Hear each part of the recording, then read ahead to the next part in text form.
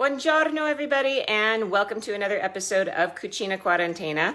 Today we are going to be cooking live with my friend Alfredo in Naples, and we're going to have to do a little technical workaround today because Zoom is not connecting to Facebook, so I'm going to be welcoming him live on my laptop. Hello, my friend Alfredo.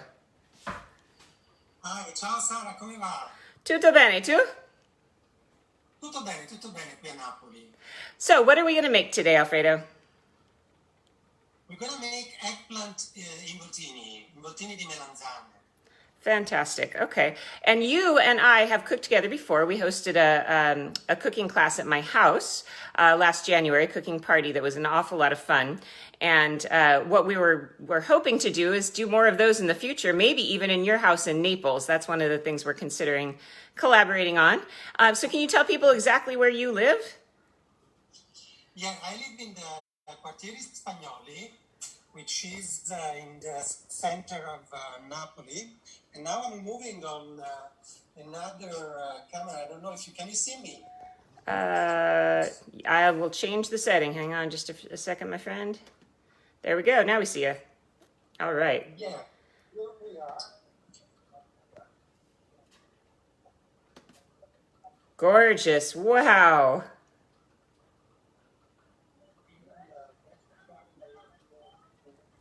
We can't hear you though, my friend. Hang on just a second. Hang on. Are you muted? Now we move towards the inside where I have my kitchen in the veranda. Yeah. Oh, and there's Eustache. How's he doing today? Did he go out for a walk? Well, he went out for his long walk today, so he's very happy. And now I'm gonna start putting on my beautiful orange apron. There we are. And then we're gonna start preparing. I'm gonna tell you which are the ingredients. This is a very simple, actually, recipe, and it's a very easy one.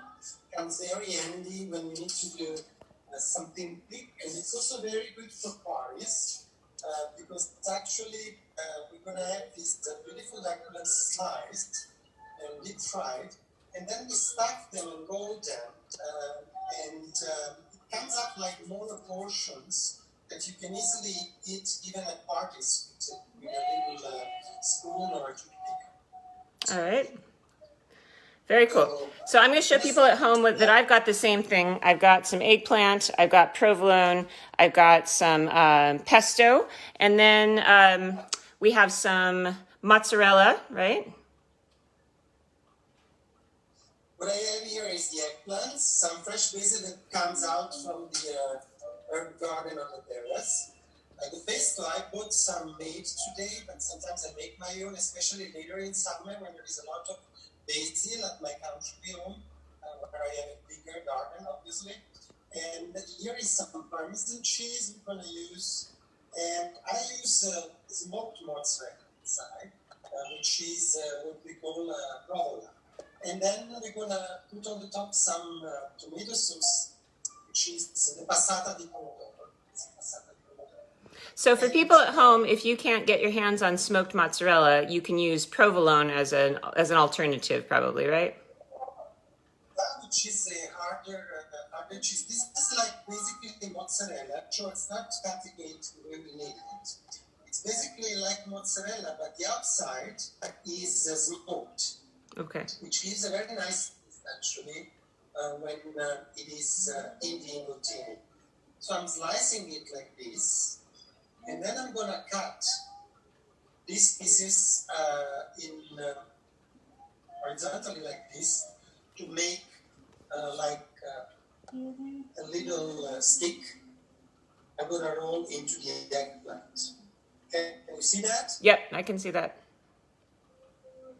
Okay, so this is where I'm going to use the cheese. I'll get this prepared ready for you. Okay? Here we are.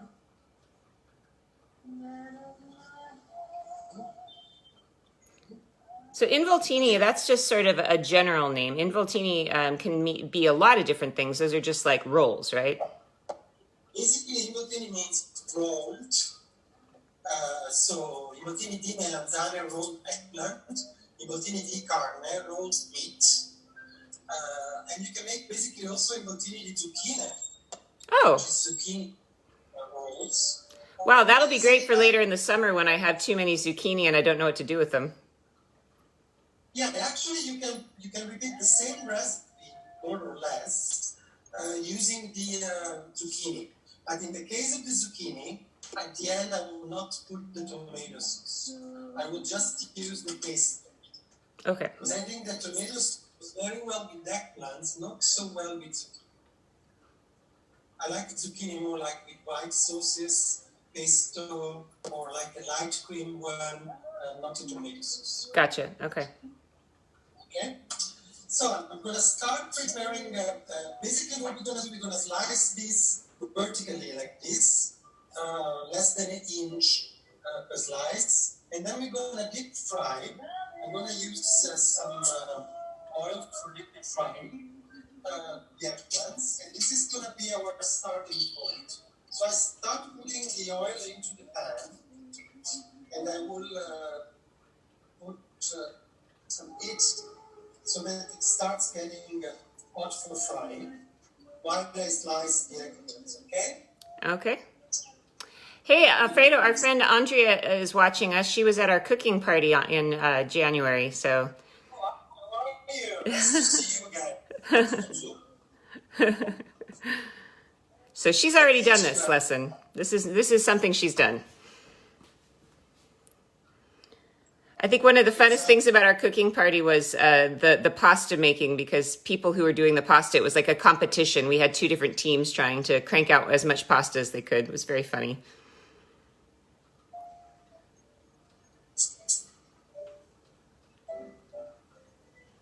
Okay, so this is gonna start heating up, and I'm gonna start cutting the eggplant. So I take off the two ends. Like this. I found smaller ones today at the market, so I got a few more. If you have bigger ones, you can slice maybe 3 or 4. I got 5 because they are not this big. Yeah? Those are gorgeous. Where are those coming from? Are those coming from Italy, or are they imported? Not from Italy. They come actually from. We have a very beautiful market here in the neighborhood, which is La Pigna Seca Market, which is part of the neighborhood of Spagnoli.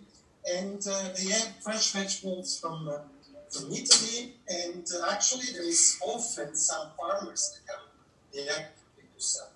So I'm going to start slicing like this on the vertical sense like this. And I'm going to get from these small ones probably like 4 slices per eggplant. All right. Okay. Like this. How is Naples these days? I'm sure the weather is beautiful, huh? The weather has been very nice lately. We had some rain also, which we also needed, because this year has been pretty dry at the beginning of spring. And things are starting to open up. People are much more in the street.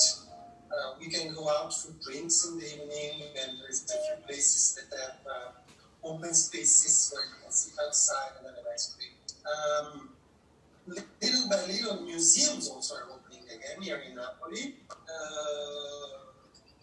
Things are getting better. Still, you can feel that we had a very long lockdown for about 2 months, actually. We're totally locked in. I could go out twice a day because I have my dog in stash, and we're allowed to take the dog out 10 minutes in the morning, 10 minutes in the evening. And actually it was not very nice, especially the evening walk was really a little bit not nice, just to see, military in the street, people around, the shops closed. But little by little now we're getting to what we call the new normal, which exactly I don't know what it is, but it's starting to feel a little bit better. That's good. Well, I'm hoping. In Seattle, we're still technically under a stay-at-home order. I think it should end soon. But yeah, lots of stores are still closed. And like the buses, it always says essential travel only. And there's hardly any cars out on the road. Honestly, I kind of am enjoying it in a weird way just because it reminds me of Christmas, you know, the silence of Christmas where there's nobody out. So I'm kind of enjoying the stillness because I know it's going to end pretty soon. Exactly. And when it starts, you will see, when it starts, rolling again, it doesn't stop. Yep. And people will more and only at the beginning, they are still a little bit, fearful, and they start doing things slowly, but then little by little, people get more and more confident. Hopefully, this is going to be good for all of us, and we're going to keep going this direction. Yep. Well, my hope is that I can get on a plane one of these days real soon and come over and see you. And we'll spend some time cooking in your kitchen. Actually, now we can fly actually in Europe. I'm going to fly on the 1st of July to go to my place in Naples. And we also can start already on the 15th of June, but with some complications when you get there to test it and go to the quarantine.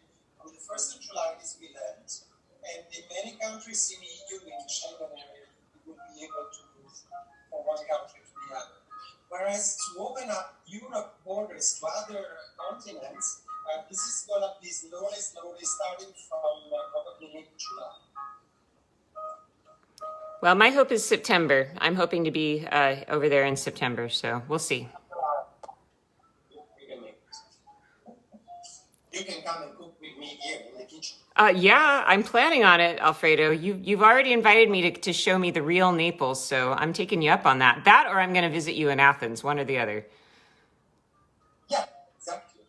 Because in both places we have amazing food, wonderful markets. Actually, the two cities are very close in terms of the spirit of the city. The fact that people love staying outside, and they love also the fresh markets, and cooking is really part of the day of Neapolitans and Neapolitans as well.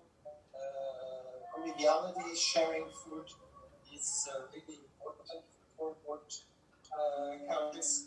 So yeah, either here or there, nice to share it. Heck yeah.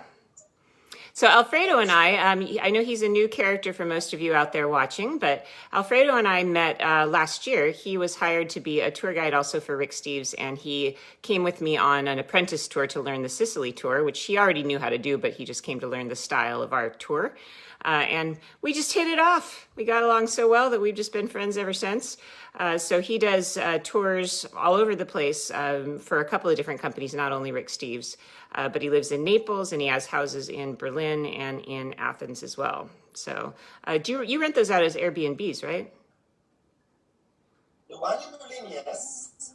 It's actually usually for longer periods, either through Airbnb or for professionals or students or teachers that need to be moving for a few months, usually, never on a day-to-day basis. The one in Athens, up to now, we don't rent. We keep it for us, our friends and family. Alrighty. Planning a little bit longer this summer. Actually, I'm going to go the 1st of July, as I said, for a few days. And then we'll be back with the entire family, with Giovanni and the dog. We're going to go with the car, and we're going to take a ferry from Bari to Patra and spend globally almost a month in Greece. Wow. We're going to fly to Serifos, then obviously the apartment, but also some other places on the mainland we want to explore together. Wow, that sounds great. I wish I could join you. Not this year, maybe another year. We're going to be there for a while. Okay, so the eggplants are frying. Are you doing the same thing? I cannot see you from here because I am... Well, because of our technical difficulties, I'm actually just going to film you now, and then I'm going to make these this afternoon, and I'll post a picture of my completed project later on. Okay, perfect. That's right. Yeah, we should be cooking simultaneously, but for some reason, Facebook was having a little glitch this morning. So we're just going to stream only Alfredo for now. So sorry for the video quality. I know it's not tops, but it's better than nothing at all, in my opinion. So here we are. The eggplants are fine. Soon we take out the first group. We put in some more.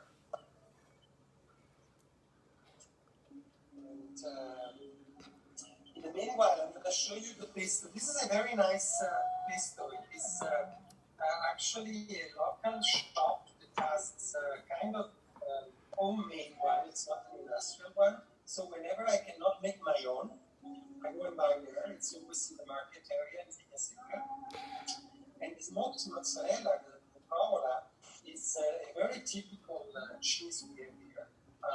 Buffalo mozzarella is very typical from this area. Napoli, southern Napoli, northern Napoli, Caserta, Salerno, Napoli area. Yeah.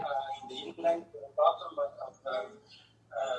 mozzarella buffalo farms. And the basic buffalo mozzarella is one you can find everywhere. And then they started a few years ago to smoke the mozzarella. And that's what we call provola affumicata. Yeah. Which has that little smoky taste, which adds a lot when you prepare some of the things. I use it for the Involtini. I use it also when I do the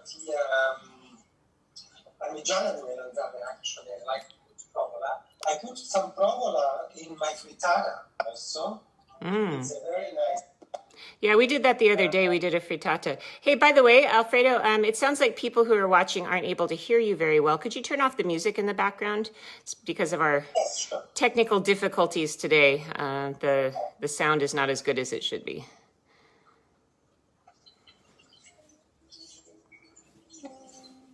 Giovanni is going to. Okay, can you hear me better now? Yeah, we can. Okay, perfect. So I'm taking out the first group, putting on some absorbing paper. And then we're going to do the second part.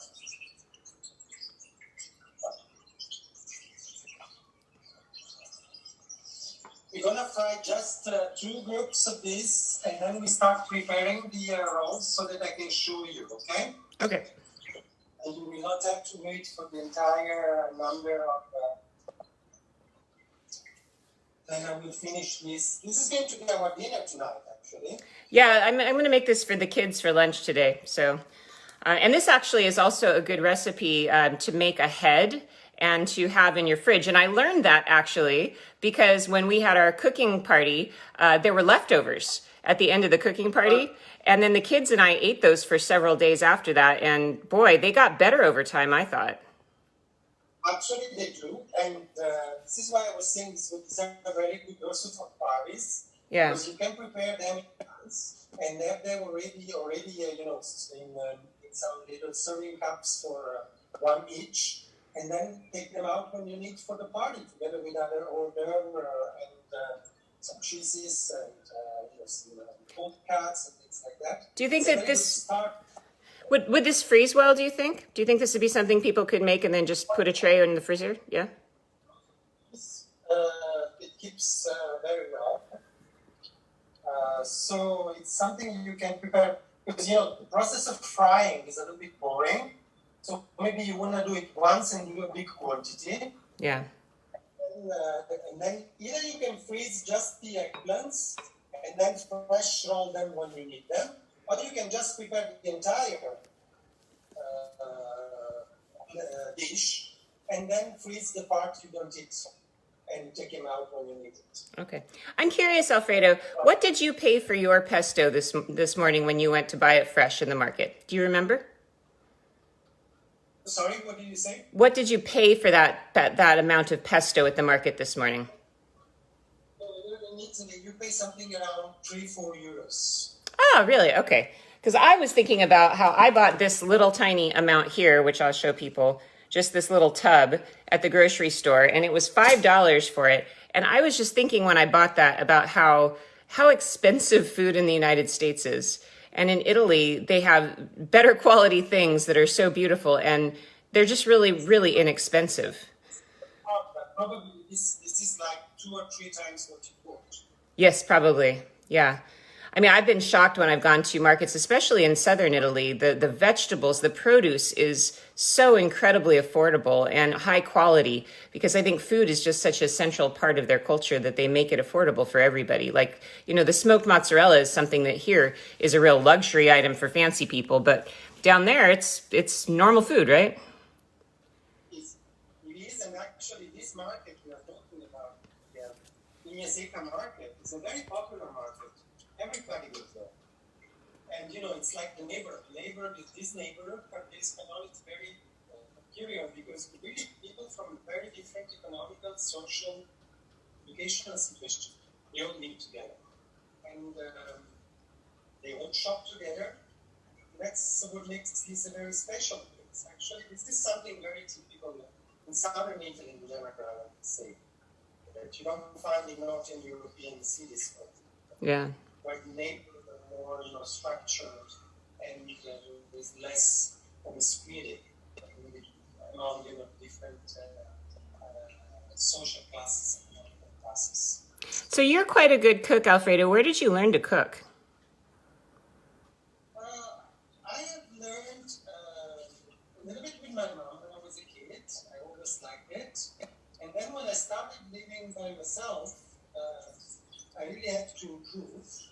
I've been living abroad for a while. I've been living in southern France, Toulouse, for 5 or 6 years. And there I started also, learning a little bit of the French cuisine. And I like actually mixing up. Sometimes we're gonna do together some recipes which are a little mixture of the different influences of my periods. And in the different parts, like the Greek influence, the French influence, and the Spanish one, because when I was in Toulouse, I was very often in Barcelona also. And I love Catalan. So good. So with the time I specialized, I started cooking more and more. And then, like other things, like touring, it's teaching how to do it is something I really like. Yeah. Well, and you're very good at teaching as well. So you have lived such an exotic life. How many languages do you speak? I speak 4 languages fluently, plus my local dialect, Neapolitan. Wow. And then a little bit of Greek and a little bit of German. Wow. So it's French, Spanish, Italian, and English. And then a little bit of Greek, a little bit of German, and I'm very proud of my Neapolitan. People are losing Neapolitan, and that's a pity. Can you give us a little? Can you demonstrate for us how? Say something in Neapolitan so people can see the difference, because I think it's a fascinating dialect. It's so different. Can you say it's a lovely night for cooking? Say it in Italian and then say it in Neapolitan, for example. È una bella serata per cucinare insieme. È veramente una bella serata per fare cose assieme stasera e provare sti belli mulignani. Yeah, I didn't understand it all. Well, I vaguely understood the second thing you said. Wow. Actually, Neapolitan is a language. We do have theater in Neapolitan. We do have a lot of literature, poetry. So we really do consider Neapolitan as a language. And now, actually, lately, universities are starting again to teach this language because it's kind of lost. Not many people speak it anymore. Well, in the popular neighborhood, at least you can find people. Well, actually, I was going to ask you that question too, because Sicilian is considered its own language. So is Neapolitan then considered more of its own language than a dialect? It is. It Okay. is. Sicilian, Neapolitan, Venetian, Sardinian, this kind of dialects we have in the country are really languages. So structured, so different, and from so many different influences. For example, in Sicily, we have more Arabic influence. In the words, some of the words come straight from Arabic. Yeah, and actually, we have more Spanish and French influence we had during the different period of the domination. Which would make sense since Naples was dominated by the Spanish, for sure. I was really shocked when I went to Morocco last year, and I've spent 10 years in Sicily, and listening to people speak Arabic, I actually understood conversations, and I've never taken Arabic before, but it was just using kind of context clues and words that I know in Sicilian. It really shocked me. I didn't realize how heavily influenced Sicilian dialect is by Arabic. Okay, so now let's get back to the Involtini. Look, I prepared a few slices here of the eggplants, and I put a little bit of pesto on the top of it. Then I will put one stick of provola, and I will start rolling like this. Okay. Okay, so we've got a layer of fried eggplant. We've got a slathering of basil pesto, which with pine nuts, of course. And now he's just rolling the the mozzarella up with the eggplant. Yeah. It's pretty simple. Yeah.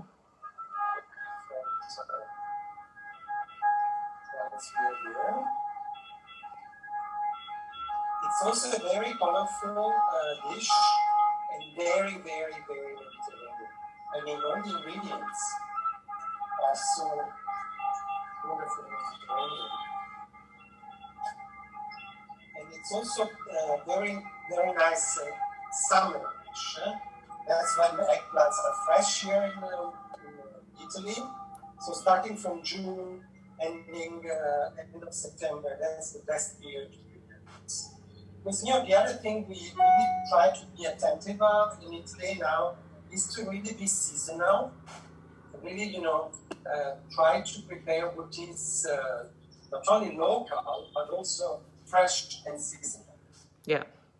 The noise you guys just heard in the background, that is the typical sounds of Naples, isn't it? It sounded like it was an ambulance or a police car or something like that. The cacophony of the street of central Naples.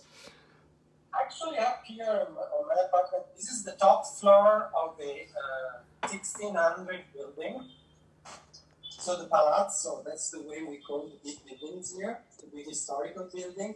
The Palazzo dates back to the mid-1600s, and we have a very beautiful courtyard. What used to be the stables nowadays are the garages for the cars. And here on the top floor, once you're on the top here, you don't have a lot of noise. In the middle of the street downstairs, it's really very lively. There's a lot of scooters going everywhere. Those who have been to Napoli or any of the southern Italy cities know what I'm talking about. The feeling of being surrounded by scooters going everywhere. And up here is so peaceful. I wake up in the morning, I can watch the sea and the coastline of Sorrento. In the middle of the building there, where the yellow building Giovanni is pointing now, that's the tip of the island of Capri. In front of the terrace here, you can see also the San Martino Castle. Giovanni is going to show you from outside. It's a beautiful monastery. Oh, I know exactly where you are.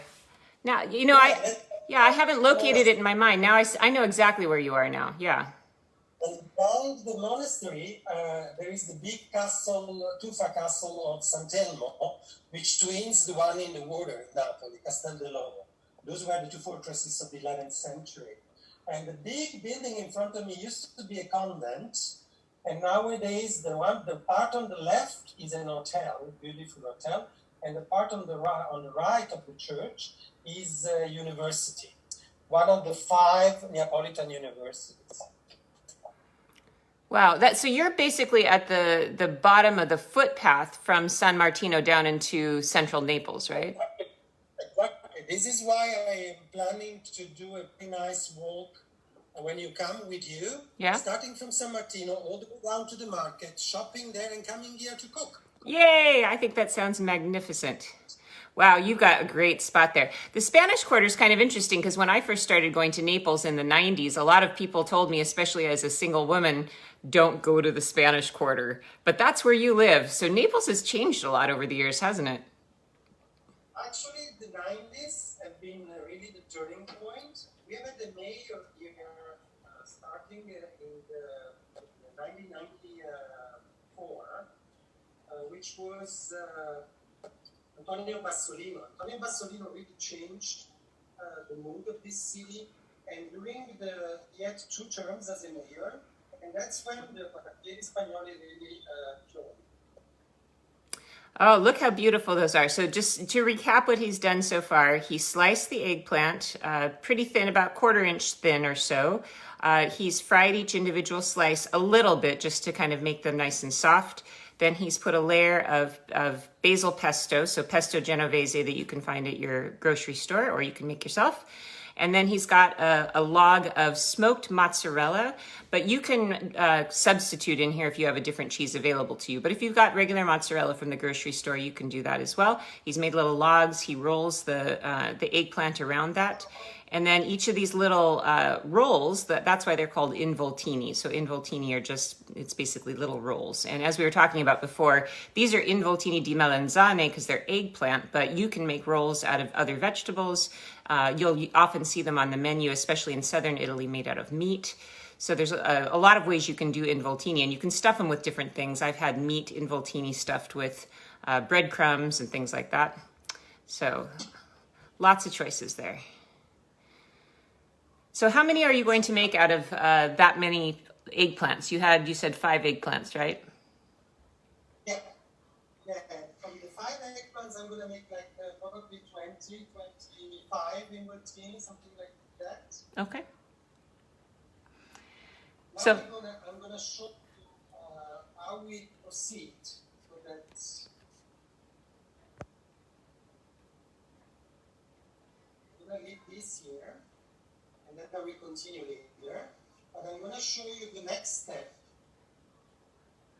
So basically now the next step is to organize into one dish that can go into the oven. I'm gonna put the different rolls I prepared like this. Do you see that? yep, I can see. Yep. So I'm doing like little rolls. The darker ones are the ones with the skin of the eggplant, which I leave because it's very nice, also a different texture. So you can try the one with or without the skin. Okay.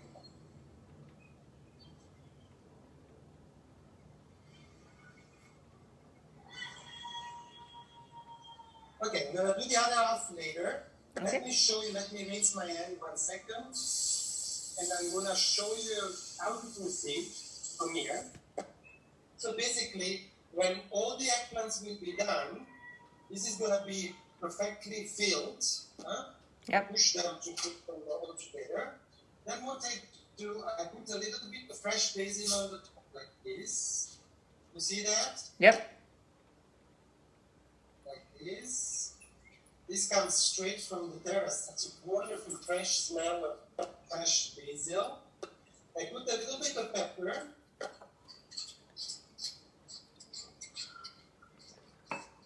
Like this. A little bit of salt. Like a pinch. Okay? Okay. Because the smoked mozzarella is already a little bit tasty, and also the pesto, which we put inside, has already some taste. Okay? So we don't need a lot of salt. Then I do some Parmesan cheese on the top like this.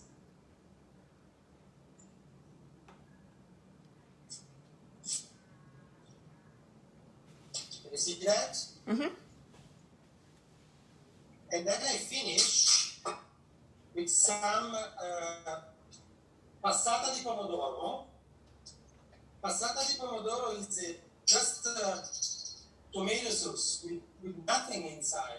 There is no salt, no spices. So we call it passata. It's a very simple sauce that usually then you cook with other things on the stove to prepare a sauce. You can find that in the regular grocery store just as tomato sauce or crushed tomatoes. You can also use plain crushed tomatoes. And do like this. Yep. Can you see that? Yep. I'm gonna finish. Gorgeous. This is ready to go in the oven. Okay. Like for 15 minutes. You have to help me with temperature. I put it about 180, 160. I would probably cook it at about 375 or 400 degrees. Okay. Yeah. For 15 minutes in the oven so that the mozzarella cheese, the smoked mozzarella, the provola can melt inside.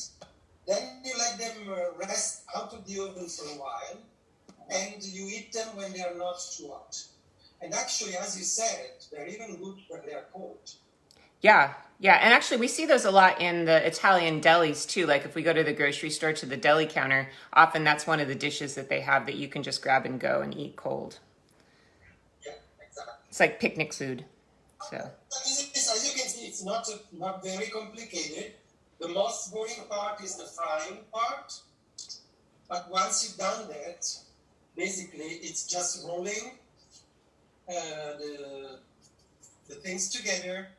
And then it's more like a preparation in the lather that goes in the oven. All right. Well, thank you so much, Alfredo, for showing us how to do this. I think it's a wonderful dish, and it's something so simple. I mean, really, that didn't take very long to make at all. So I'm going to be doing that later on this today, and I'll post for you guys my results of doing it with the ingredients that I found at my local grocery store, so that you can make sure that you can make it yourself at home. So it has been an absolute pleasure to cook with you today, Alfredo, and hopefully if we can get the technical issues resolved here and you and I can cook actually in tandem next time we get together, huh?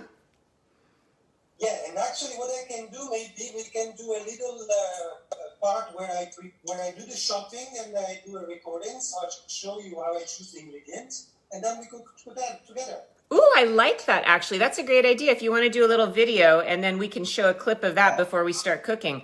That's a fantastic idea. The other idea that Alfredo and I were talking about, we wanted to share with you guys, is maybe the idea of having a Zoom cook-along where everybody can get together. We can have, 20 or 30 people, and we'll give you the recipe ahead, and then Alfredo will teach you how to cook something. So if you guys are interested in doing something like that, please go ahead and say so in the comments section, and then Alfredo and I can set up something like that for later in the month. So, all right, my friend, thank you so much.